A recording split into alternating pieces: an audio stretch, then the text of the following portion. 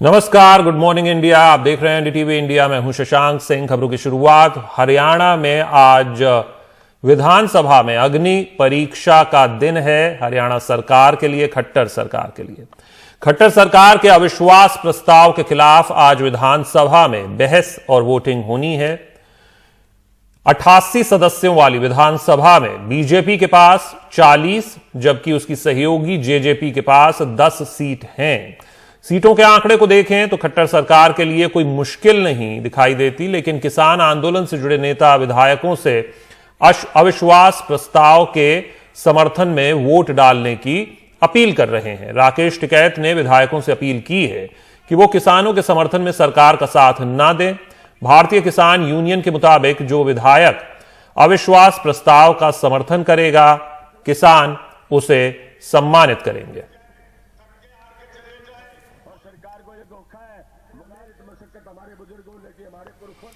तो एक नजर डाल लेते हैं आखिर इस अविश्वास प्रस्ताव के मायने क्या है, मतलब क्या है, और यह समझ आएगा जो आंकड़े हैं विधानसभा के उसको देखने पर। यह टीवी स्क्रीन पर आपके एक ग्राफिक्स है जिसके जरिए आप समझ सकते हैं कितनी सीटें किसके पास, क्या होगा बहुमत का आंकड़ा और क्या इस अविश्वास प्रस्ताव के मायने हैं। 88 कुल सीटें हैं विधानसभा में हरियाणा की, 45 का बहुमत हो जाता है। और ऐसे में बीजेपी के पास कुल सीटें हैं 40, सपोर्ट मिला है जेजेपी का, कुल हो जाती हैं 50, यानी बहुमत का आंकड़ा 45 पार, इसीलिए है उनकी सरकार। निर्दलीय हैं कुल 7 तो, और कांग्रेस के आप देख रहे हैं कुल 30। तो अगर ये भी कुल मिल जाए 30 और 7 37, तो भी वो 45 का आंकड़ा पार नहीं होता। लेकिन हरियाणा लोकहित पार्टी है, उसकी एक सीट है। और ये उम्मीद है कि जो किसान नेता है, जो उन्होंने गुहार लगाई है, राकेश टिकैत जैसे नेता हैं, कि इस अविश्वास प्रस्ताव के पक्ष में वोट डालें, तो उसको नेता को हम सम्मानित करेंगे क्योंकि वो कृषि कानून के विरोध में ये वोट डाला जाएगा, किसानों के हित में ये वोट डाला जाएगा। हरियाणा सरकार के लिटमस टेस्ट के बीच किसानों का विरोध प्रदर्शन खट्टर सरकार के लिए सिरदर्द बनता जा रहा है। अविश्वास प्रस्ताव के समर्थन में वोट डालने के लिए किसान दबाव बना रहे हैं। बड़ी संख्या में किसानों के कल बीजेपी दफ्तर और विधायकों के घर का उन्होंने घेराव किया। जाहिर है बीजेपी और जेजेपी विधायकों के लिए यह स्थिति मुश्किल खड़ी करने वाली है। इसका असर भी दिख रहा है। जेजेपी के कुछ विधायक कह रहे हैं कि सरकार से अलग होने का यह सही वक्त है। मेरा और कोई विधायक है, मैं खुद जी जा नहीं पाए ना मतलब भी नहीं, डंडे गले कुटेंगे जी, इसलिए बैठे। हाँ, हेलमेट लोहे के और ये गारमेंट अंडर गारमेंट सारे लोहे के बनवाने पड़ेंगे जी, जो जब जाकर खासतौर से जेजेपी के विधायक हम तब बच पाएंगे जी। अगर किसानों का मामला हल नहीं होता है तो मैं ये मानता हूँ अब जेजेपी को सरकार से अपना समर्थन वापस ले लेना चाहिए। ठीक है। किसान तो घर जा रहे हैं, विधायकों के घर जा रहे हैं, किसान वो कह रहे हैं मेरे घर गए थे, मैंने खुद ने चाहे लड्डू में तैयार रखूं।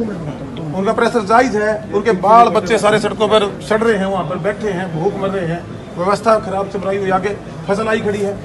उनकी मजबूरी को शौक में थोड़ी बैठे हैं, निपटाना चाहिए इसको। क्यों नहीं निपटा पा रहे हैं? यहाँ बड़ी बड़ी बातें विधानसभा में बोलने से एक्चुअल में किसानों का दर्द वही समझ सकता है जो किसानी से उस जमीन की पैदा से बड़ा हुआ, वो मैं हुआ, मुझे तकलीफ है। मेरा ये मानना है कि आज हमारा कोई हक नहीं है सरकार के साथ खड़े रहने का। हमारा कोई हक नहीं है सरकार के साथ बने रहने का। जेजेपी विधायक की बात हमने सुन ली। हमारे साथ मोहम्मद गजाली हैं ज्यादा जानकारी के साथ। गजाली, सीधा सवाल, इस अविश्वास प्रस्ताव में क्या कुछ हो सकता है? क्या ये मुमकिन है कि सरकार पे कोई आंच आ सके? वैसे जेजेपी ने साफ कर दिया है कि वो सरकार के साथ बनी रहेगी, भले ही वो उनके साथ इत्तेफाक नहीं रखती इस मुद्दे पर। देखिए, अगर आपको याद हो तो जब लोकसभा में आर्टिकल 370 पास हो रहा था या आर्टिकल 370 हटाने की जब बात हुई थी या सीएए का कानून पास हुआ था, तो पंजाब के अकाली दल जो पार्टी उस वक्त सरकार में थी, तो वो भी जेजेपी की तरह ही कहती थी कि हम इसके खिलाफ तो हैं लेकिन हम वोट या बिल जो कानून है उसके सपोर्ट में हैं। वही हाल जचपा का भी है। यहाँ पर उसके विधायक जो हैं अपने इलाकों में तो परेशान हैं, अपने क्षेत्र में उनको किसानों का विरोध बहुत सख्त तरीके से झेलना पड़ रहा है। और इसी वजह से जो देवेंद्र बबली हैं, अब जेजेपी के एमएलए और विधायक जिनकी आप बात सुन रहे थे, उनका यहाँ तक कहना है कि सरकार से भी अलग हो जाना चाहिए। ये भी कह रहे हैं कि अगर दुष्यंत चौटाला जो पार्टी के लीडर हैं, उप मुख्यमंत्री हैं, वो या कोई और विधायक भी अपने हलके में या अपने क्षेत्र में जाके कोई पार्टी मीटिंग नहीं कर सकता। विरोध इतना सख्त है कि हमें लोहे के हेलमेट और कवच पहन के जाना पड़ेगा। लेकिन इन सबके बावजूद लास्ट में वो ये भी कह जाते हैं कि मजबूरी है, सरकार के साथ रहना पड़ेगा। फिलहाल अगर आंकड़ों की बात करें तो सरकार को 45 का आंकड़ा चाहिए या 45 विधायक चाहिए, वो सरकार के पास हैं। अगर जेजेपी और बीजेपी साथ रहती भी है तो वो आंकड़े छू लेंगे या नो कॉन्फिडेंस में पास हो जाएगा। दूसरी तरफ ये भी है कि हाँ, पॉलिटिक्स है, सियासत है, कुछ भी हो सकता है किसी का हृदय परिवर्तन हो, क्योंकि जचपा के जो विधायक हैं, कई विधायक उन ग्रामीण क्षेत्रों से आते हैं जहां पर किसानों का विरोध जो है तेज है और उनको विरोध झेलना पड़ा है। वो पहले बयान तो देते रहे हैं कि हाँ, हम किसानों के साथ हैं, कानून हटा देना चाहिए, लेकिन बहुत ज्यादा पॉसिबिलिटी नहीं है कि उनमें से कोई भी सरकार के साथ अपने रैंक तोड़े। ये बड़ा सवाल है गजाली। हम इस पर ज्यादा जानकारी के लिए आपके पास वापस लौटेंगे, लेकिन जैसा कि आपने समझाया कि बोलते कुछ हैं और जब वोट डालने की बारी आती है प्रस्ताव में तो करते कुछ हैं। ये अमूमन होता आया है, लेकिन देखना होगा कि इस अविश्वास प्रस्ताव का नतीजा क्या होता है। फिलहाल सरकार सुरक्षित नजर आती है।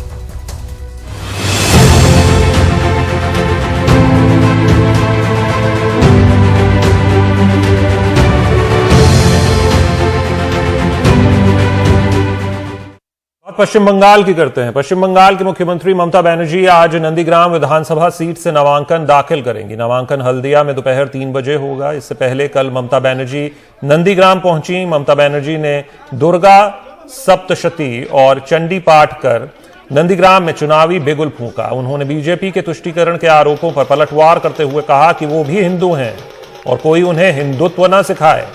रैली के बाद ममता बनर्जी कई मंदिरों में भी गईं, साथ वो एक मजार पर भी पहुंची और चादर चढ़ाई।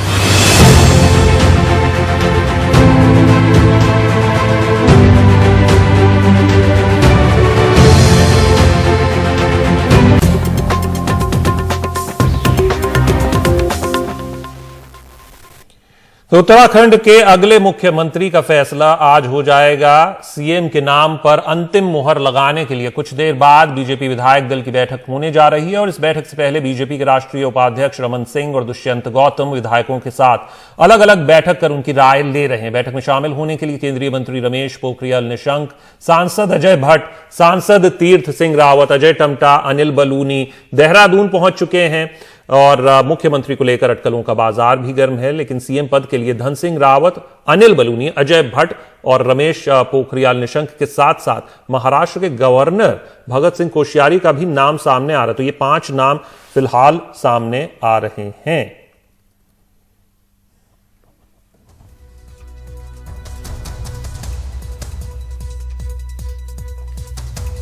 बीच में ये एक चर्चा ये भी आई थी कि अनिल बलूनी यहाँ के मुख्यमंत्री होंगे, जो कि राज्यसभा सदस्य हैं, और उनको यहाँ ला करके राज्यसभा में त्रिवेंद्र सिंह रावत को भेजा जाएगा। लेकिन ये बात क्लियर हो गई थी कि जो संघ लॉबी है वो कतई नहीं चाहती है कि अनिल बलूनी यहाँ पर आए, और उनकी स्थान पर यहाँ पे धन सिंह रावत के नाम पर सहमति बनी और धन सिंह रावत का नाम खुद मुख्यमंत्री ने हाईकमान के आगे रखा और संघ परिवार से भी जो है धन सिंह रावत का नाम आगे गया। धन सिंह रावत पुराने विद्यार्थी परिषद के कार्यकर्ता रहे हैं और बीजेपी में संगठन में महामंत्री के रूप में उन्होंने काम किया है।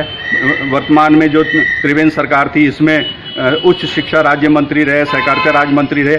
ये उनकी छवि भी एक सबको साथ लेके चलने की है, क्योंकि संघ कैडर से हैं और सभी कार्यकर्ताओं के साथ उनका तालमेल अच्छा है और हाईकमान भी उनके नाम से संभवतः अपनी मोहर लगा देगा। हालांकि ये सब पार्लियामेंट्री बोर्ड में तय होता है और सवेरे विधानमंडल बैठक बुलाई गई है और उसमें ये तय हो जाएगा कि संभवतः मुख्यमंत्री के रूप में धन सिंह रावत ही अपना जो है अपना चार्ज लेंगे और शिवरात्रि के दिन संभवतः शपथ ग्रहण समारोह होगा। शरद शर्मा हमारे संवाददाता वो भी देहरादून पहुंच चुके हैं, जैसे ही पहुंचे हैं हमने उन्हें पकड़ लिया। शरद, ये बड़ा इंटरेस्टिंग हो गया है ये फाइट। एक तो विधायक जो थे वो खुश नहीं थे त्रिवेंद्र सिंह रावत से, वो तो हट गए, लेकिन अब जो नया नाम है क्या उस पे वो सहमत होंगे सभी? ये जो विधायक दल है, क्योंकि राय तो ली जा रही है लेकिन 5-6 नाम सामने आ रहे हैं। धन सिंह रावत क्या रेस में सबसे आगे? देखिए, ये बात तो सही है कि धन सिंह रावत रेस में सबसे आगे हैं, क्योंकि मुख्यमंत्री के भी वो करीबी हैं और उन्होंने नाम सुझाया कि अगर मैं नहीं तो मेरी जगह आप धन सिंह रावत को मुख्यमंत्री बना सकते हैं। संघ की भी वो पसंद है। लेकिन बात ये है कि ये राजनीति है और राजनीति में बहुत से समय में हमने ये देखा है कि रेस वो लोग जीत जाया करते हैं जो रेस में दौड़ भी नहीं रहे होते हैं। तो इसीलिए सभी विधायकों के मन की टोहली जा रही है। जैसे कि आपने यही बताया कि रमन सिंह हैं जो कि राष्ट्रीय उपाध्यक्ष हैं बीजेपी के, वो सेंटर से भेजे गए हैं, और दुष्यंत गौतम हैं जो राज्य प्रभारी हैं। ये कल रात से ही, जब से देहरादून पहुंचे हैं तब से लगातार मीटिंग कर रहे हैं और इस समय भी इनकी विधायकों के साथ अलग अलग मीटिंग लगातार चल रही है। और जब ये मीटिंग खत्म होगी उसके बाद, ये मेरे पीछे जो बीजेपी का स्टेट हेडक्वार्टर है, यहां पर विधायक दल की मीटिंग होगी। कहा तो ये क्या है कि 10 बजे मीटिंग है, लेकिन ये कोई पत्थर की लकीर नहीं है। जब तक वहां पर सहमति नहीं बन जाती तब तक यहां पर मीटिंग के लिए विधायक और रमन सिंह, दुष्यंत गौतम, ये जो सेंट्रल ऑब्जर्वर हैं, ये नहीं आएंगे। तो इसलिए हमें इंतजार करना होगा। बेशक बहुत सारे नाम रेस में चल रहे हैं और वो चल भी बहुत आसानी से चल सकते हैं, क्योंकि सारे के सारे सांसद भी हैं और केंद्रीय मंत्री भी हैं, तो बड़े नाम हैं उत्तराखंड की राजनीति में। लेकिन ये बड़े नाम वो नाम भी हैं, हमें याद रखना होगा, कि जो मुख्यमंत्री रहते हुए अपने 5 साल भी पूरे नहीं कर पाए। रमेश पोखरियाल निशंक हैं जो इस समय हरिद्वार के सांसद हैं, उनके नाम के ऊपर चर्चा चल रही है। लेकिन जब वो मुख्यमंत्री थे वो खुद भी अपना कार्यकाल पूरा नहीं कर पाए थे और उसके बाद जब चुनाव हुए थे तो बीजेपी चुनाव हार गई थी। तो बहुत सारे पक्ष हैं, इन सभी पक्षों को साथ लेकर और एक सहमति बनाने की कोशिश जो है वो सेंट्रल टीम करेगी, और जब सहमति बन जाएगी तभी इस स्टेट हेडक्वार्टर में मीटिंग होगी और तभी पता चलेगा कि आखिर उत्तराखंड का अगला मुख्यमंत्री कौन होने जा रहा है। बिल्कुल शरद, और आप उस पर नजर बनाए रखिए, क्योंकि जैसे ही कुछ भी होगा हम आपका रुख करेंगे। और जब इतने खेमे हो जाते हैं कि हर खेमे से एक राय लेनी पड़ जाए, तो क्या सभी खेमे किसी एक नाम पर सहमति बनाएंगे? ये एक बड़ा सवाल होगा, क्योंकि त्रिवेंद्र सिंह रावत की लीडरशिप में तो भले उत्तराखंड गंवा रहे थे इन विधायक दल के मुताबिक, तो कौन है वो लीडर ऐसा जिसके लीडरशिप में मुख्यमंत्री पद पर रहते हुए वो उत्तराखंड वापस जीत जाएंगे? शुक्रिया शरद, हम आपका रुख वापस करेंगे जैसे ही कुछ जानकारी इसमें आती। फिलहाल एक छोटे से ब्रेक के लिए रुक रहे हैं।